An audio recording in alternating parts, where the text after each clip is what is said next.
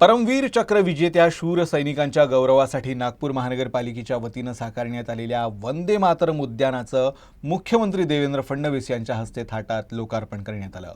यावेळी आमदार नितेश राणे, आमदार प्रवीण दटके, भाजप शहराध्यक्ष दयाशंकर तिवारी यांच्यासह नागरिक मोठ्या संख्येनं उपस्थित होते।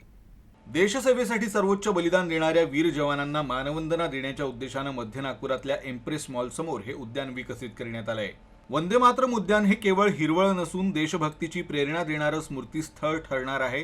उद्यानात परमवीर चक्र विजेत्या सैनिकांच्या शौर्य कथा, माहिती फलक तसंच नागरिकांना देशप्रेमाची जाणीव करून देणारी रचना करण्यात आली आहे। स्वच्छ, सुंदर आणि पर्यावरणपूरक सुविधांसह हे उद्यान नागरिकांसाठी खुलं करण्यात आलंय। या उद्यानामागची कल्पना यावेळी दयाशंकर तिवारी यांनी सांगितली।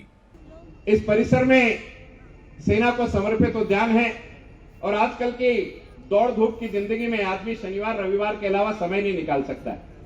इसलिए यह उद्यान रात 11 बजे तक शुरू होना चाहिए। इस दृष्टि से एक स्मार्ट लाइटिंग का प्रपोजल भी हमने बनाया है। यह स्मार्ट लाइटिंग का प्रपोजल उस कंपनी ने बनाया है जिस कंपनी ने स्टैच्यू ऑफ यूनिटी को ही लाइटिंग की है, अर्थात अंतरराष्ट्रीय स्तर का ही काम होना चाहिए। इस दृष्टि से वो प्रस्ताव बना है। उसके लिए भी आप 3 करोड़ रुपए की राशि प्रदान करेंगे तो केवल 13 करोड़ रुपए में यह उद्यान नागपुर शहर के लिए पथ प्रदर्शक होगा, सेना के प्रति समर्पण का भाव जागृत होने वाला होगा, ऐसा मुझे विश्वास है।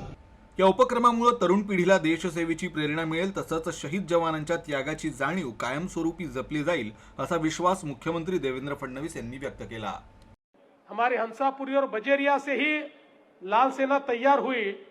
हंसापुरी और बजेरिया के लोग कितने क्रांतिकारी हैं, आपको देखकर ही हमको ध्यान में आता है। लेकिन ये बात भी सही है कि एक बहुत बड़ा क्रांति का इतिहास इस हिंदुस्तानी लाल सेना ने लिखा और हमारे नागपुर के क्रांतिकारियों ने हमारे देश के स्वतंत्रता के इतिहास में जो योगदान दिया है, शायद हम लोग उस योगदान को भूल गए।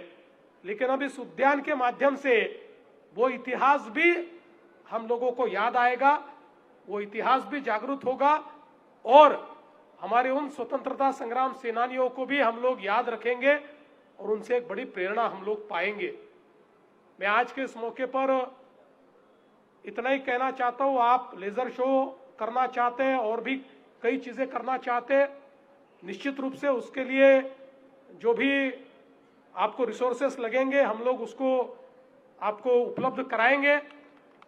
और मैं आपसे निवेदन करना चाहता हूँ, लेजर शो पुराना हो गया, अब आप इसको प्रोजेक्शन मैपिंग, ये जो नई टेक्नोलॉजी है उस टेक्नोलॉजी का आप उपयोग करिए और उसके लिए जो भी आपको निधि की आवश्यकता होगी वो निश्चित रूप से आपको देने का काम हम करेंगे। और बाकी भी आपने जो यहाँ पर अलग अलग प्रकार के सपने संजोए हैं उसको भी पूरा करने का प्रयास हम लोग मिलकर करेंगे।